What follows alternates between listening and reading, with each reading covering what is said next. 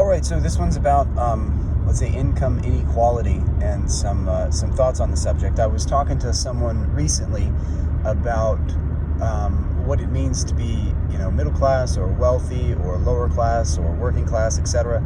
These are really squishy topics that a lot of ideologues like to just toss around as though they know what the definitions of them are, and the definitions aren't exactly, they're not super clear, and even when you do have relatively clear definitions, you must have perspective. And so that what this means is, it used to be the case that to be middle class meant that, I think that the measure of it was able to pay for servants, so go out to eat, basically. It used to be the case that if you could pay for servants, go out to eat, then you were in the middle class. And if you couldn't afford servants, as in like going out to eat or having someone work on your car, etc., then you were not middle class, you were lower class. I don't know what the current definition is. I'm sure there's people that make their bread and butter on this, but politicians like to just talk about it as though it's a given. The middle class is what it is, but it's important to remember what does it mean by middle class. And if you just go by able to have servants, then there's a lot of people that go out to eat nowadays, and pretty much most people don't know how to work on their car. There's a lot of people paying for servants, at least partially paying for people that get Ubers, for instance. Those are servants.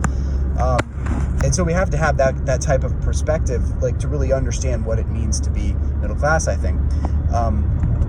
But another thing to consider is that even the poor in the United States are richer than, probably 90% of the population of the planet. And if you take into consider historical averages, everybody in the United States is unbelievably rich, because, even 100 or 200 years ago, the King of England or the King of France, they didn't have access to the things we have access to. I mean, you've got a supercomputer. Everybody's got a supercomputer in their pocket. People have modern, safe vehicles that are relatively fuel efficient, just safer by orders of magnitude, most likely, than just even in the 80s. I mean, you've got rollover stability control, you've got airbags all around you. You've got, now with newer ones, they'll brake the car for you if you're about to hit somebody. But anyway, when you think about income growth over time, it's sort of flatline. Like, if you look at the numbers, it's interesting. Those in like the top 10%, their numbers have continued to grow since, I believe it's either the 70s or 80s. But those in the middle and lower class, they have not really kept up with productivity. So, like, even though the country has produced more, it's not reflected in the wages of the middle and lower class. And even more so, I think recently, if you look at just house prices in Florida, for instance, and these things go up and down, but the price of a house is more than median, meaning in the middle. The middle range price of a house in Florida has doubled in the past 10 years. It used to be $145,000. Now it's like $320 or something like that. And at the same time, income has gone from $50,000 a year median family income to $55,000 median income. And had that increased with inflation, it would actually be 62. So what that means is that the middle income earners, the median family income in Florida, hasn't kept up with inflation over the course of the past 10 years, which is interesting because, well, and this is, I think, this was the angle on this video. The reason I was like, all right, well, it's worth putting this into a video, because here's what I think is happening.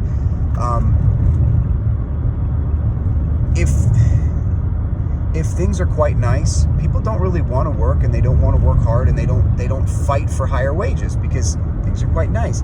And there becomes a point where, if you don't have to work very much, and you don't have to work very hard, and you've got air conditioning and multiple big screen TVs and supercomputers in your pockets and video games to keep you busy, and you can afford to lease a car or perhaps purchase a car, then people kind of, they flatten out. And I think that might be what's happening with wages, because you would think people would be getting, and some people are getting quite irritated with the fact that wages aren't keeping up with productivity, but on the whole, most people aren't. Most people are content to be ideologically, sequestered in their camps on the left or the right, like their little religion, because religion has kind of gone, it's kind of gone down, and the new religions are like, who's your sports team?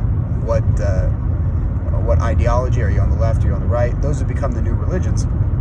And people seem quite content to just, sit there and bicker rather than get organized and try to fix things. And I think the reason that that's occurring is that people are relatively satisfied. It's I guess it's the notion of Soma in Brave New World. If you read Brave New World, which is one of the classics, you should. It's a dystopian novel where one of the things that the powers that be use to keep people under their thumb and not cause them trouble is Soma. It's a pill that people take that makes them feel quite satisfied. And there's, all kinds of archetypal representations of that. You might understand Soma as alcohol. Alcohol is one of the things that people use to keep themselves quite satisfied with life. Marijuana sometimes. Some people take opiates. Some people just eat food. Some people get sucked into video games, and that keeps them kind of content, or get sucked into television shows and the drama on TV. News. But anyway, the idea is that even though wages don't seem to be keeping up with inflation very well, productivity continues to go up. The rich continue to get slightly richer. It's not exorbitant, but or it depends on what your definition of exorbitant is. But I suspect that what has been going on since perhaps the 70s is that people have become more and more content, and it's likely because of the introduction of widely available technologies that may have used to only been available to richer people. The economy is making things cheaper. I mean, I hate to say big screen TVs, but people spend a lot of time watching television, and having big screen, beautiful televisions and high definition, movies and video games and access to the internet, which is just unbelievable, the amount of information that you have access to. People are satisfied. They're entertained, and it's keeping them busy. Kind of like, well, you might say bread and circuses, or you might say like Soma, or you might say maybe it's good news. Maybe we are kind of teetering into bliss, like we're edging on utopia with all these technologies available. Now the downside to this, here's something that comes to mind as my mind kind of moves through this, is Dostoevsky believed that if you gave everybody what they wanted and they had nothing to eat but cake and busy themselves with the continuation of the species, sooner or later they would get bored.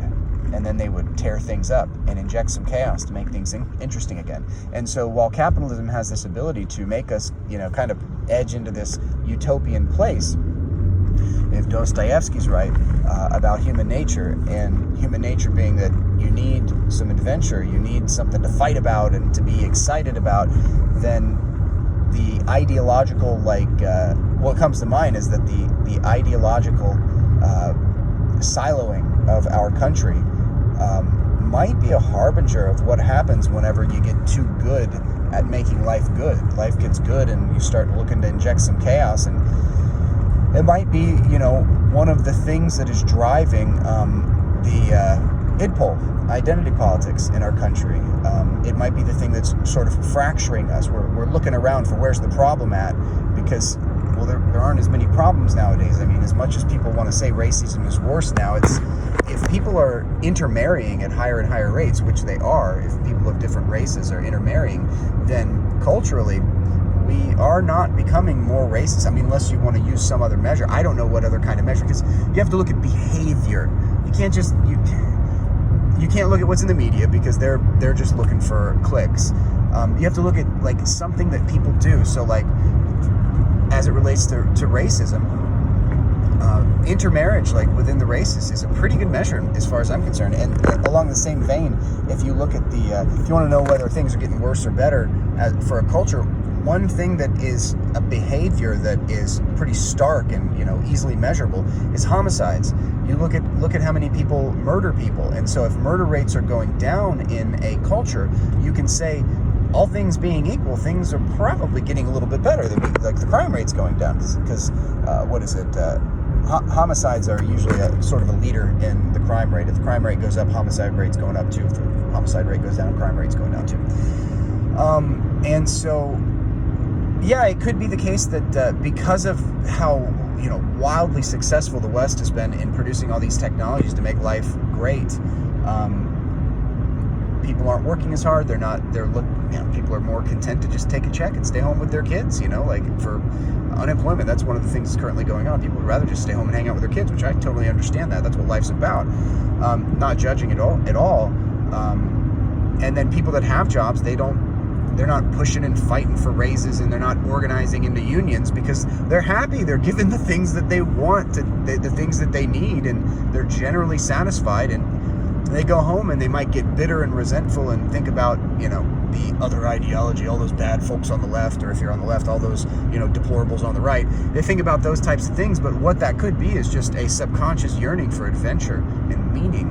And if you're just given all the things that you want, you have this like utopian kind of blissful existence, it may be the case that humans necessarily go tribal and start fighting amongst one another based on identities. Could be what's going on right now. But anyway, yeah, the overarching story here is that it is odd that middle income wages are kind of stagnating and lower income wages are stagnating, even as productivity increases, and the gap between the rich and the poor grows. And it could be that motivation is being sapped because life is relatively good. Could be. And if that's the case, there's some downsides that potentially could come if Dostoevsky is right. But anyway, just had some thoughts on that. I guess the thing to remember too is, if you feel like you're poor, or if you feel like the world's not being fair to you and you live in the United States, you got to get some perspective and recognize you're probably richer than 99% of the people on the planet, and 99.9% of the people in history, and you should be kind of gracious and have some gratitude for that, and recognize that while your subconscious may be indicating that you are something's wrong, and you may be, via your ideology pointing it at, some weird cause in society, it may just be the case that you're looking for adventure and meaning, and people tend to find that by, cottoning on to whatever particular jihad that is at the zeitgeist at the moment. The left has their whole religious holy war against the right, and the right has their religious holy war against the left, and you might just be getting sucked into one of those ideologies as an unconscious player because your life isn't very interesting. But that's that.